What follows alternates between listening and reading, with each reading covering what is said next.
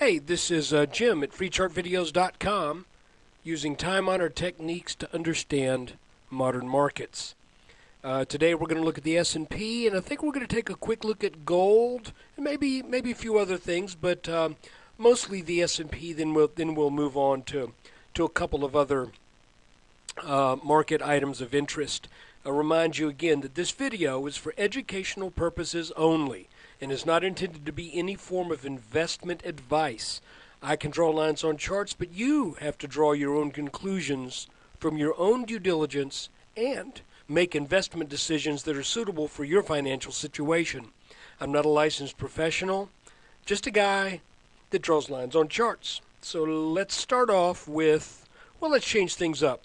Let's start off with gold. All right, we're looking at the chart for DGP, which is the a double gold long equity fund. And I had identified actually kind of a double pattern here where there were two tops that really just sort of got outside of what the overall channel was. And when we came down to this level right here, I decided, you know, I've got to buy there.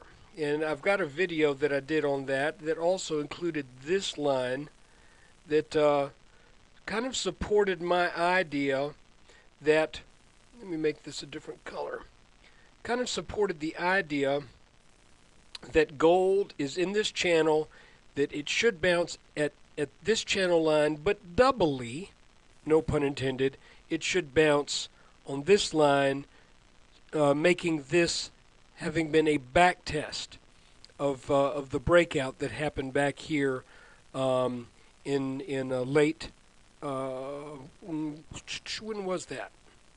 Late September. So anyway, gold today, if we look at a 30-minute chart, and pardon all these lines, I'm just trying to, get as many different takes on this as I can. But today, gold clearly broke out over this downtrend resistance line, appears to be flagging here. And let me show you one more thing. Let's look at a 10-minute chart. And what do we see here? Well, we see our good old friend, Mr. Inverse Head and Shoulders.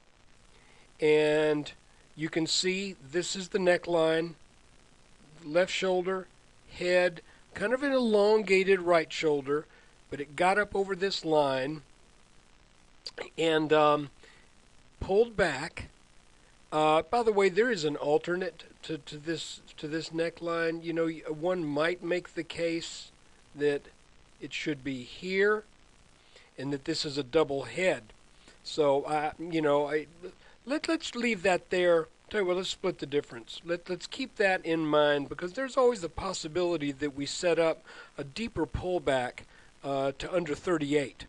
But right now, it sort of, to my eye, looks like it is following, at least for this first bounce we got here today, it looks like it's respecting this line right here. Regardless of where this line is drawn, this pattern did break out, and for DGP, we have a target price from just this pattern of almost 40.50. So we got about almost $2 left to go on this as a minimum. Now, again, if we back out and we take a look at the longer term, you can see that if we reach this line again, it'll probably be a number of weeks down the road, and it could be around 50. So that's just if this pattern continues, this channel continues to work out. So that's gold. That was a good move today, and now we're going to look at the S&P. All right, I'm not going to take up too much time with this because we have already talked about gold, and I don't want to make too long a video. But you can see today that the day started out on weakness, the markets sold down to where the same level that used to be resistance that turned into support. That's exactly where it sold down to, and that was a nice thing to see. Additionally, it was very good to see that we got back over this line that was the old that marked the old high. Now it's funny, those of you who, if you're watching this video, you're probably watching it because you have some respect for technical analysis, and you've seen charts work before. Let me put that exactly over this high here. I want to show you something I just think is very interesting. Isn't it amazing how often when a line serves as support, when it does give, it's almost as if the bottom just falls out. Just like when this resistance right here, when it gave, boom, it just popped up. And I just think that's really a neat thing. Now, I have drawn some more lines here. This orange set of parallel lines, roughly parallel, very slightly converging. And it appears at this point that this will probably serve as a limit on just how high we can get. I was thinking maybe this would, and this could come into play again, but for right now I'm thinking the lines we need to watch are here and here. You see, for 2 days we were down underneath this. It was almost as if for 2 days the markets in the world had a completely different outlook, and then for some reason on the first, maybe it was funds buying in, who knows, maybe it was just the first of the month, hip hip hurrah, but interesting that right there on the 1st of February, boom, we just popped back up into this channel almost as if this didn't happen. And obviously it did, so we can't erase it from our chart. We can't say, well, that was just an anomaly. It might have been an anomaly, but it has happened, so therefore it will have something to say with the psychology of the market and the future of the markets. So that's the S&P right now. Again, I just remind you that we've got our target up here, 1340 to 1350. By no means am I giving up on that. There is no reason to give up on that. That doesn't mean that between now and when that's kind of, it looks like we have kind of a date here, a destiny. Call it mid-late February. That's quite possible that when we get there, we're going to be up in this region. But between now and then, a lot of things can happen. We still have to watch it. Let me show you one more thing. If we look at go back to the 5-minute chart, you can see that in addition to the orange channel that I've drawn here, let's kill that volume because there is nothing there. I want to show you that there is also now a nearly horizontal line of resistance, and the markets have had a real penchant lately for setting up clear levels of resistance that then get taken out. And the patterns that are very common underneath this, call it a cup and handle or an inverse head and shoulders. This one isn't particularly well formed if that's what it is, but it could be that this is what we're forming here, and if we are it would make some sense with what our projection is, because if we extend this orange line out here a ways, and we say we're going to come down, maybe dip down tomorrow, and then come back and test it. I'm not saying we're definitely going to do that, but this should be resistance. I expect maybe things to settle down a little bit tomorrow. That if this does break out, then we have a measured distance here that we can look for. So that would mean if we take this line out, we can expect to move.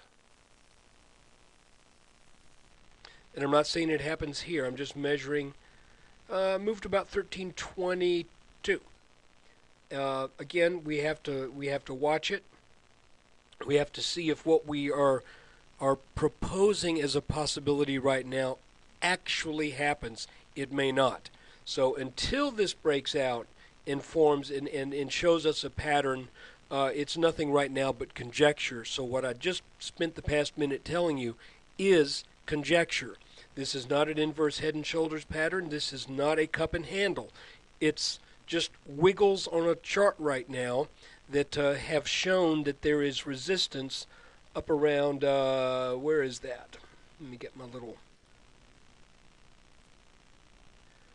Got resistance at about roughly 1309, 1308 and change. So anyway, that is the S&P 500, and now we're going to take a real quick look at the Russell. Okay, I have mentioned in the past that there have been times when I have been open to the idea of discarding some of the bottoming pattern that sets up before a breakout and then a new move resumes.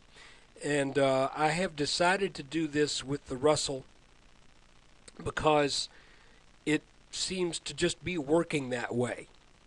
And so, for example, if we had started our bottom channel here, and we really kind of end up with a bizarre situation where, well, that doesn't work, that doesn't work, that sort of works, and that's still something to keep our eye on because that would make this breakout an ascending wedge. But the only problem is from this bottom you go 2.5 months before you even test that for support, and that to me just doesn't look quite right. So for now, I'm looking at the Russell like this. And I'll tell you another reason I'm doing it, and we had a little dip down here, maybe below that trend line. One of the other reasons I'm doing it is because the other way shows such a strong divergence between the Russell and other indexes. The S&P's been in a channel. And for the Russell just to say, now's the time for the bottom to fall out. The S&P doesn't look like it's ready for the bottom to fall out. The Dow doesn't look like it's ready for the bottom to fall out. So why would the Russell do that? So anyway, I'm going with these lines for now. And if we zoom in to about a 15-minute look at it, what I want to show you is, I'm going to take this peak, and roughly what we had today, or actually 3 days ago, or what would that be? This would be on the 1st. We had a breakout over this trend line, over these two peaks. Then we had a pullback. And it appears at this point that we are now resuming this move. Let's see what develops in the Russell. We may be doing another kind of a dip here. This may turn into another kind of an inverse pattern with a clearly defined area of resistance. That's kind of what we had here.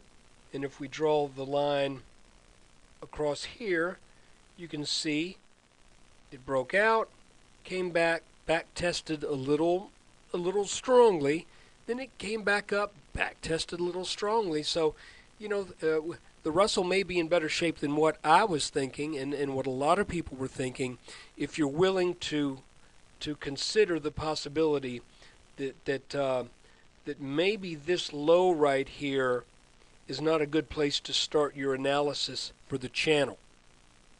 Now, it could be we've seen this happen in the S&P where that later becomes kind of another layer of support if you make a parallel line that starts here. That has happened in the S&P. So anyway, that's just kind of what I'm seeing right now. Maybe we keep this here as a reminder too. Look, I hope you did well in the markets today, and I want to appreciate those people who donated to the cause today, or actually yesterday. I appreciate that very much, and hey, if you like what I'm doing and you want to keep it free, that's one way to help out. So I'm not begging. I'm just letting you know that this does take time. And by the way, I also benefit from this analysis. When I started doing and publishing these charts, it for me created almost another layer of accountability that has helped my own decision making in the markets. I've still done a couple boneheaded things. I bought EEE at 67 and sold it at about $1. 3 days later, 50%. Man, I was thinking, what a smarty I am. Today it was in the 360s. So anyway, not gonna chase it. Take care. There'll be another video tomorrow.